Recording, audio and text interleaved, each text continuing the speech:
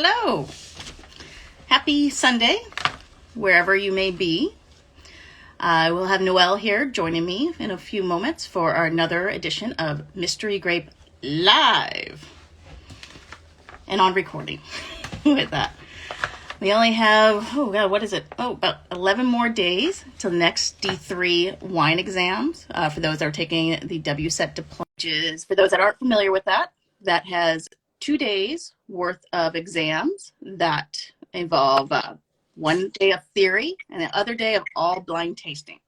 So hopefully this exercise, helps a little bit for those that are studying for that. Yes, let's go. All right. Once you came, man, my whole flow was just gone. Sorry. That's all right. I'm basically experimenting each week about what books I use for my stack to hold it up. So right now we've got the Wine Bible and the Oxford Companion to People and Places in the Bible. So I was going with the Bible theme. I normally use my champagne book. Oh, there you go. That's a good one. That is a very good one. Love it. All right. So this week, Noelle is taking the reins. She is the quiz master for this week's wine. I am. Okay. Are you ready? Yes, I am. Okay. Starting out flavors and aromas, as we normally do. We've got some ripe apricot. Very ripe. Peach yogurt. Mandarin orange. And for this, you've got the flesh and the peel. Okay. There's some big ones there already. 2 more, then we're going to take a little break. Okay. Honeysuckle and orange blossom. Okay. So I've got ripe stone fruit. Yeah. I got a tropical citrus with that mandarin orange. And what did you say with the mandarin orange? You've got the flesh and the peel. Okay, so a little phenolic potentially with the peel, a little phenolic bitterness. And then the peach, what did you say with the peach? Peach yogurt. Peach yogurt. That's a big one because the yogurtiness, already I'm thinking some winemaking stuff that could be at play. Malolactic fermentation, lees contact, especially with malolactic, tends to leesy get you some of that yogurty, creme fraiche kind of aspect of it. So definitely make a note of that. Okay. All right. And again, we're just gathering clues. We're not going to jump right in. Yeah. And you said a couple floral notes. Repeat those floral notes. Yes, floral notes. This is like sticking your nose in a bucket of flowers. You're getting honeysuckle and orange blossom. Okay. So that's telling me a couple things. It could be the nature of the grape. It could be a grape that has a lot of terpenes that will tend to be very floral. Environment could also impact that. Things, cooling influences, altitude tends to bring out a little bit more floral notes. Wind, ocean breezes. So some of those things could be at play. Nature of the grape, though, is obviously always a big one. But we don't want to jump yet to the grape. Yep. Gathering clues? Yep. Okay. So next couple clues, also on the flavors and aromas. Hints of gingerbread and some cinnamon. Okay. So some of those baking spices, nice and subtle. So that potentially could be oak. It could also be botrytis too. So we haven't got to the tasting part with like sweetness or anything like that. But with smelling that, anytime I got ginger kind of popping out, I might be thinking a little bit botrytis. So that could be also an option. And then again, oak. Nature of the grape too could also be at play. Okay. All right. So for structure, and again, this is kind of like, this is where I at least start, really narrowing stuff down as opposed to aromas and flavors. So we've got kind of medium lemon to medium gold. Okay. So it's got some color. In the exam, you need to pick one. You need to pick and stick. But this is a medium lemon to medium gold, just for our purposes. For intensity of aromas, medium plus to pronounced. Yeah, makes sense, especially with those floral notes. Okay. Structure, it's dry. Okay. So that rolls out botrytis. Yes. Most likely. Acidity is going to be low to medium. Body, medium plus to full. And I will note that it's got kind of an oily, viscous texture. And again, on exams, you might want to note things like that if they're jumping out at you. But definitely it's got kind of an oily mouthfeel. And then alcohol is high. High alcohol. Okay. So a lot of things at play here. And for those of you that are watching, if you have guesses as well, you feel free to note your guesses there. Go ahead and repeat through the clues once more, and then we'll start talking a little bit. Okay. So for aromas and flavors, we'll go back to ripe apricot, peach yogurt, mandarin orange. That's kind of the whole shebang. It's the flesh and the peel. Floral notes, honeysuckle, orange blossom, a little bit of gingerbread, cinnamon. And then for structure, you've got for visual, medium lemon to medium gold. The intensity of aromas is medium plus to pronounced. It's dry. Acidity is low to medium. It's medium plus to full body, kind of with an oily texture. And then alcohol is high. Okay. So yeah, there's a lot going on. Yeah. Where's your mind going? Well, the winemaking is a big part. Was already like when you said the peach yogurt, okay, potentially malolactic. Then we start having a little bit of a deeper color. And then the gingerbread, that could be going with oak, because you think of the spices that you go to making gingerbread. So that bready, yeasty, lees, thyme on lees, batonnage, thyme and oak, that would also contribute to the deeper color, more oxidative winemaking. A lot going on with texture. Sounds like this is a very textured wine. We've got the oiliness that you noted, and then also we're talking about the orange peel, potentially a little phenolic bitterness going on. So this for one thing, just in terms of quality wise, this sounds like this is a very good to outstanding quality wine, because it's a lot of intensity there, a lot winemaker definition going on. And so this is also probably going to be a pricey one too, that premium to super premium range, because most likely oak, not cheap, time aged in oak, time batonnage, that's going to contribute to the cost. So definitely a lot going on. So when you think about the quality level of the wine, and you always want to write down your note and never jump too far ahead. But sometimes when you already get the sense of this is going to be a good quality wine, there's only so many options that they could give you. Like if I'm thinking of a very good, if I'm thinking of an outstanding textured white wine, what are my options? I'm going to Burgundy with Chardonnay with that. I'm going to the Rhone with, I can go white Chateauneuf de Pape. I can go a Condrieu with Viognier. You could say there's some, obviously there's some outstanding Chardonnays too in California and Australia, but examiners probably would go still more towards, France, kind of more that bias. We could have an outstanding white Bordeaux, classified growth, like from the Graves. Over in Germany, we would obviously there's plenty of outstanding Rieslings, and while there are outstanding dry Rieslings, the fact that there's not any sweetness, and also too acid. We're at low acid, I believe, low to medium. So yeah. So to the curb. Yeah, that throws a lot. Actually, that going to the acid, that narrows it down even further, because how many outstanding, potentially low to medium acid wines are there? There's really not that many. There's not. No, there's not. And I'm not guessing. So. Okay. What was the alcohol again? It's high. High? Yeah. I think sometimes you see a range of medium to high, but mine is a high alcohol one. And I don't think that's uncommon for this wine. Yeah. So fairly aromatic grape with winemaking definition, textured, high alcohol, low to medium acid, oily mouthfeel, potentially phenolics. This is narrowing the scope. So I would be deciding kind of myself between, I'd be in the Rhone. I'd be deciding kind of between Condrieu or a white Chateauneuf. The aromatics, the blossom notes, leave me a little bit more towards Condrieu. Okay. With that. But that's key on me getting the acid call right and also getting the alcohol call right. Because as we talked about all those kind of outstanding whites, if I miss those two calls, I'm going anywhere else, other places in the world. Right.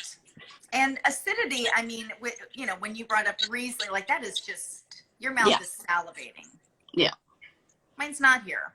There's a lot going on, and I'm getting a little warming sensation there. So that indicates to me that's the alcohol is elevated, and you don't get, so, Any guesses? Are we ready to guess? Are you ready to guess, Amber? Are you? Well, I saw somebody else guess Viognier. Another person's going more towards, another person noted that with the CDP, you might expect more oak, which is a really good point. Yeah, definitely Marsanne Roussanne. They're very sponge-like with oak, so they kind of absorb it. Chardonnay. Why is this not a good quality Chardonnay? I guess that's a big thing we need to think about. I mean, go ahead. Go ahead. Actually, go for it. You don't get those floral notes in general with the Chardonnay, and just that really intensity of aromatics. Chardonnay tends to be a more neutral grape. You do get, when it's been, you know, zinged in oak, you can get those oak aromas, but I will admit I have mistaken this for a Chardonnay though. So it's definitely a false friend or a lateral, if you want to call it. But now that I know exactly what it is, I'm like, well, this is why it's not Chardonnay. But in the heat of the moment, in the heat of the exam moment, I have called this Chardonnay. Yeah. So. I mean, acid is going to have to be the big thing you hang your hat on with that. Yeah. You know, Chardonnay, you're going to expect more acid. I mean, the low end for Chardonnay tends to be the medium, which seems to be the high end for this wine. Yeah. Chardonnay also absorbs oak, so a little bit more overt oak. Like I noticed we didn't mention vanilla. No. You know, we went kind of more that gingerbread, that kind of spice a little bit with oak on it versus vanilla, nutmeg. You know, kind of more of those like I'm in a French bakery kind of notes. Yeah. No, this is hints. This is just very nice, subtle hints, and so the oak is not overt at all. Yeah. And the floral notes. I mentioned the floral notes. I mean, Viognier has terpenes. Yep. Chardonnay doesn't, being semi-aromatic. But actually, then that's a good thing. Let's actually go look at the other aromatics. Gewürztraminer. Gewürztraminer, lower acid, aromatic. Why would this not be a Gewürz? Gewürz also can tend to be slightly higher alcohol, too, in certain areas. That's another good point, too. So why aren't we in Alsace with a Grand Cru, like, really good Gewürz? I mean, subjectively, I like this wine and I hate Gewürz, but that's not something to hang your hat on when it comes to like tasting. The aromatics are for me slightly different. I mean, you definitely get the rose and the lychee in the Gewürz. It is intense, but I don't know, the oily viscous. I mean, Gewürz. Somebody noted residual sugar. You know, Gewürz often is a little bit towards off dry. Yeah. And actually, also Alsatian Pinot Gris could also be a little bit off dry. Yeah. California Viognier though could often be off dry, so that could be one thing. Go back to the peach yogurt. Oak rarely, Gewürz rarely goes through malolactic fermentation, and it rarely sees time on leaves. So that yogurty note, which the particular example I have of that is screaming it. It's one that the examiners have previously featured. Yeah, peach apricot yogurt. That is one that you do tend to see more often in Condrieu with that. Because now, yes, there's different styles, different producers can do it, but you're talking about that classic old school textbook style, which is what examiners usually are going to pick, is that classic style, because they're not trying to trick you. They often tend to have a little bit of malolactic, which is ironic considering it's a lower acid grape, but it's all about the texture. This is a very texture-driven wine. And so you get a little bit of that, you know, yogurty note. Like when you take a higher acid grape, like if you go to Chablis, which could also go through malo, which makes sense because there's a lot of acid there. It's interesting because that goes more like creme fraiche, sour cream. Well, this is more that softer, like Dannon yogurt. Like Viognier always makes me think of breakfast. Really? The California examples, and even some of the Australian ones too, but mostly like California Viognier makes me think of Fruit Loop cereal. While Condrieu makes me think of my grown-up breakfast of yogurt as a middle-aged woman with that. So, yeah. So that would steer me away from Gewürz, is that yogurty note, because I would not get anything like that. You get more of the exotic spices and the lychee note, but yeah, the mallow and the oak notes. I don't associate oak at all with Gewürz, because with those flavors and aromas, why would you want to do oak with Gewürz? Right. Now, Gewürz does tend to to, yeah, have the exotic spices, which are not the same as the basic baking spices that you do get with the oak. So spicy traminer, that's more grape related than oak, than winemaking. Mm-hmm. So. Now, another one to think about, Albarino. So Albarino can have some terpenes, not as much, but a little bit. Yeah. It can see some time in oak, a little bit, and also sometimes in lees, which can give you a little bit of that kind of leesiness on it. You know, so why would this not be an Albarino? There's a big reason. Mm-hmm. Anyone. Yeah. Acid level? Yeah. Also, too, alcohol. I mean, I think a lot of the Albarinos tend to be more in that distinct in that mid-range. It's not too often they hop over with that. But yeah, acid and alcohol. A lot of people are saying acid here, and that is, again, like you mentioned at the beginning, such a key for this white outstanding variety or wine, but is the acid level. This is definitely medium at best. Yeah. Same thing with white Bordeaux. You know, if the oak notes are getting you and you're thinking, okay, something that's got good oak, another white. Yeah, there's going to be way more acid in a white Bordeaux. Check your acid. Yeah. Okay. So have we gone on? Muscat is the only other aromatic variety that I can. Yeah. That one's moderate acid, but still moderate alcohol too. I mean, that's going back to the alcohol. It would not have the big body. And, you know, a lot of people get a little nervous about, like, how do I distinguish between alcohol, which for the WSET SAT standard, if it's 11 or 11 and a half, I apologize, I might be off there, up to 14 or 13.9, that's medium. And so basically 14 above is high. And this is where Viognier likes to camp out, is the high. In fact, the example that I have to show you, this is one that the examiners featured on exam. Last time was January 2013. This is a whopping 15% on it. I mean, it's one of the classic Condrus. 14.5. Yeah. So we've got hefty alcohol going on. But it's well integrated. It's not hot. It's well integrated, but you can feel it. So things to look for when you're trying to decipher what do I think this is. Definitely acid. Is your mouth watering? Are you salivating? And then are you getting any warming sensation? Because that'll help you eliminate some of those other varieties. And you're right that it's tough when it's well integrated. So you really kind of have to hone in on different spots. And this is where practicing on high alcohol wines, you know, helps you, is where are you feeling it? You know, this is never fun to do on camera, but, you know, the classic slurp.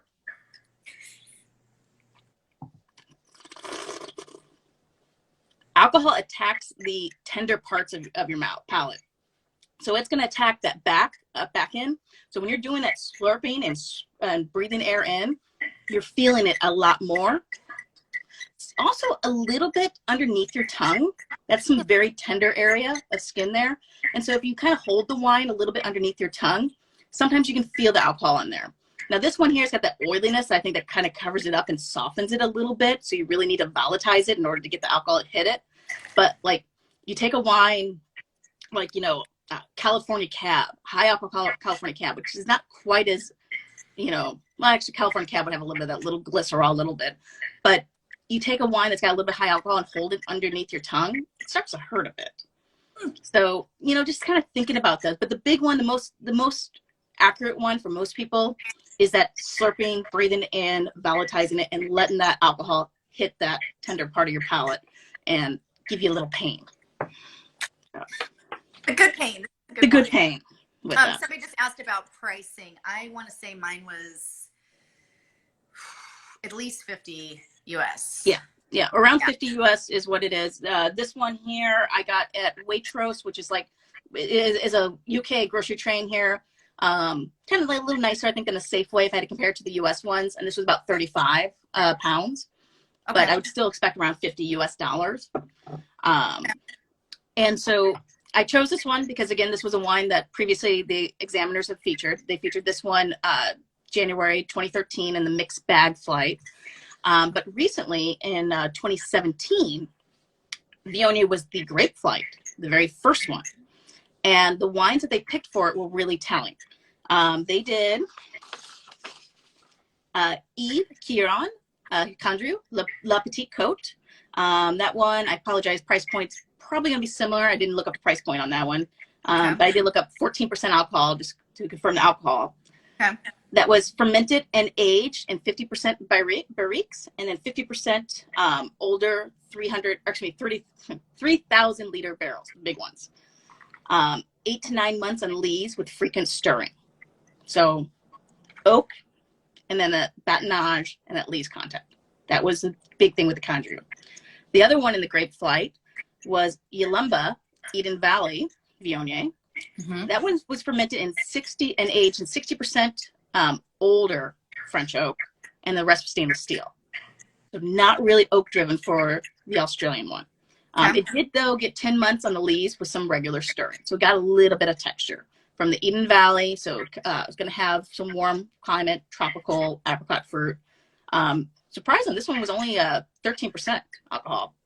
Oh, which really surprised me. But Eden Valley, I mean, they also grow really good Riesling there. So a little higher elevation. That could be at play there. And then the other one, the third wine in the flight was from Chile, Connoisseur. That one, the alcohol was anywhere between 13.5 to 14%. I found different things on there. And that one was all stainless steel on it. Oh. So you had this flight of 3 white wines. One had noticeable oak with that, but still the aromatics, the terpenes, the floral note, the apricot peach yogurt. Then you had one that probably had a lot of those stone fruits, tropical fruits, and maybe a little bit of the texture because it still had some batonnage, but not oak notes really. And then you had the other one that was all stainless steel. So that's a flight that I can see people going in different directions. I mean, I see people honing in oak and going Chardonnay. Sure. They just hit the oak and then they ignore the other. That's a tough variety flight. Yeah. But what year did you say that was? 17? Yeah, 2017. Yeah. So Viognier hasn't reared its head for a while. Yeah. So it could show up with that. You never know. You never know. But yeah. And then the other times it tends to show up often in the mixed bag, and it's usually a Condrieu with that, which is the more distinctive. Like I find California Viognier a little harder because that one, like I called I called Bogle Chardonnay California Viognier, like thinking it was like a McManus Viognier. Like those two like overlap so much for me on it. So. Okay. And this might show up in a Rhone flight. Yep. They might like to do that. So. Yeah, just because they haven't done it before doesn't mean they can't do it. That's a big thing. Yes, that's very true. That's very true. You don't want to try to guess what they're going to do. Mm-hmm. Mm-mm. But hopefully it is mean. Yes, somebody just said Viognier. Mean. Well, they had a Suave quality flight one time, and I thought that was horrible. Oh, yeah. That would have been evil. Sometimes they're nice, and sometimes, I don't know. But I think this was a good exercise to get through, kind of why maybe it wouldn't be certain things. And again, if you put all your descriptors down, if you've got those floral notes and you've got the right peach and peach yogurt even, and you work your way down, and let's say you zig instead of zag, and you put, I don't know, Chardonnay. Well, that's not completely unrealistic. So don't kick yourself that you went the wrong way at the last minute, because a lot of your marks will be correct, close enough, so you'll be able to at least get some points with that. So don't put too much stock in the end call. And I know we stress that every single time we chat, but it's very important because that is easy to stress out about. Oh yeah. Yeah. And a lot of people are probably right now stressing out a lot with getting ready, especially for the blind tasting portion. Yes. 1 week and counting, like 10 days, right? Yeah. Like 11 days. Yeah. Yeah. So we did get some questions when we posed, do you have any questions about diploma? Some people asked us, what is the best way to use my last 2 weeks before the exam? How should I be studying? And obviously, yourself better than we do, but 11 days, sorry. Okay. Got this. I think you recommend kind of tabling the blind tasting for a bit, because it can really do a number on your confidence and your psyche. And if you are solely blind tasting for the next 11 days and you're missing calls And maybe you're only missing a little bit. Well, humans, we're going to focus on the couple things we got wrong as opposed to the 80% that we got right. Mm-hmm. And so it's recommended, we're recommending just practice some open label tasting. If you have some wines that trip you up, like let's say you're, Viognier, I just really don't get it. Get a flight of Viognier or put Viognier next to Gewurz and work with them open label. And try to pick out your markers. What do you get from Gewurz that you don't get from Viognier? And make those notes. Don't try to keep doing everything blind for this last week and a half, because it really can frustrate you, stress you out even more. Yeah, that would be, and you know what? You're not going to want to hear this, but handwrite your notes. Handwrite your freaking notes. Unless you've been given permission to type your exam, which a lot of people, everybody in my class hand wrote, and you don't want your hand cramping up mid-exam. You don't want the examiner having to decipher what the heck you wrote and getting frustrated. So practicing your handwriting helps with legibility. Mm-hmm. Yeah, I don't think anybody wanted to hear anything we had last said. It was heresy. It's just right before the exam. Stop blind tasting. What? It is. I know, because you're like, but the exam's blind tasting. Yes, it is. It totally is. But you will be able to do it. Like when you get a flight, and it's all white. You're gonna be able to figure it out. Use your clues. We're gonna meet again, I think, on Monday. We've got one more, right? Yeah. Mystery Grape Live. Just gather your evidence again. Name your suspects. What's my evidence? Okay, well, who could this be? Don't try to guess. Don't smell and go, ooh, I'm getting oak on this. This is Chardonnay. So, just march on down that path. Stop. Turn around and keep gathering your evidence, because you might have a clue that tells you this is definitely not Chardonnay. Mm-hmm. So don't jump to conclusions, to use that office space, if anybody gets that. Yeah, I mean, I really recommend just open label tasting. Yeah. And writing. And you can tie that, like somebody actually mentioned, they're right now worried about theory. One of the best use of your time right now is, I'm a big fan of the kill two birds with one stone philosophy.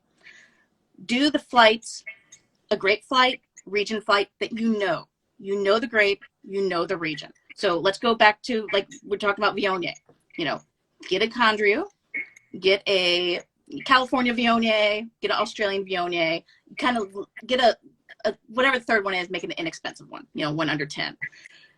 If you want to have to do a little bit blind, because your psyche's just like, I got to do something blind, let somebody mix them up so you don't know what order, but you know what those three are. Yeah. Then do what we kind of do with the mystery grape is, okay, here's the fruit I'm getting. What does this fruit tell me about the climate? Is it warmer climate, moderate climate? What does this tell me about the winemaking? Start writing the theory as in your tasting notes. You're writing the tasting note down, and then on the side, write the theory of what that is telling you. So you're kind of paying attention to the clues and connecting the dots. Because you might get a question about Condrieu on your theory. And so here's how you can talk about some of the common winemaking for it. And if you're worried about opening up a lot of wines right now, I mean, if you haven't, Repour, I freaking love these. I have a Corvin. I love the Corvin, but I got to admit, going through all the wines, Corvin it, pouring it, waiting for the Corvin to pour out, that just frustrated the heck out of me. So got involved with the Repour people and learned more about their product. And this is, I still use my Corvin a little bit, but I've just used tons of these. You get like a 10-pack on Amazon for like $20 on it. And it works really, really well. I mean, for tasting, you're tasting a lot of bottles and you're going to be kind of finishing them out over the next couple of weeks and things. It's perfect for it. We'll probably do like a little Mystery Grape Live and talk more about this, but really, really good investment for opening up a lot of wines. And in the short period of time, go to town, open them up, compare them. That is side by side is one of the best ways to learn about what your markers are and what distinguishes them from the different ones. Yes. And in the sample that you gave with the different, with Viognier from different areas of the world, you've got, kind of your inexpensive one at one end and then Condrieu. So again, with the theory, well, Condrieu really makes outstanding wines. Why is that? Maybe make some notes on that. Why is that? Yeah, I think that's a great covering two bases, do your theory and your tasting. And again, you know stuff. You've been studying for months and months and months, if not longer. And you obviously, you did WSET level 3 if you've got your diploma coming up. Maybe you've taken other exams. Maybe you've worked in a vineyard or worked in a winery or worked retail. You know stuff. So next week we'll go over a little bit of maybe like exam day jitters, just kind of to how to calm those down, because it does we tend to get our heart racing and sweating and but yeah, I mean, have confidence in yourself. You've worked hard. You know this stuff. If you get a question about an area that maybe you don't know, like for me, I was nervous about getting something on Australia and New Zealand. And wouldn't you know it, I got a question on Australia and New Zealand. So I was like, you gotta be effing kidding me. But I took a step back and I was like, okay, I know enough to write this. So just, you've worked hard. There's going to be some areas that are going to be your Achilles heels, but kind of, you can always pass on that question. Remember, yes. You can always get rid of a question. Yeah. That's you can kick out 2 of them. So, yeah. So I saw a question about the Repour. I think we'll save that and talk a little bit more about that in another live with that Corvin Repour, because I think that would be a good session. But I will just say off the top of my head, easily a couple weeks. There's been a few reds that go a couple months for me, but then there's been some that didn't last as long. So I'll give a very honest assessment about the Repour in another one. But with that, I think we will let people go and get back to studying. Okay. Happy studying. Where our DMs are open if you have last minute questions or you need some, last minute motivation. So you've got this, guys. Hang in there. Yeah. Take care. Bye.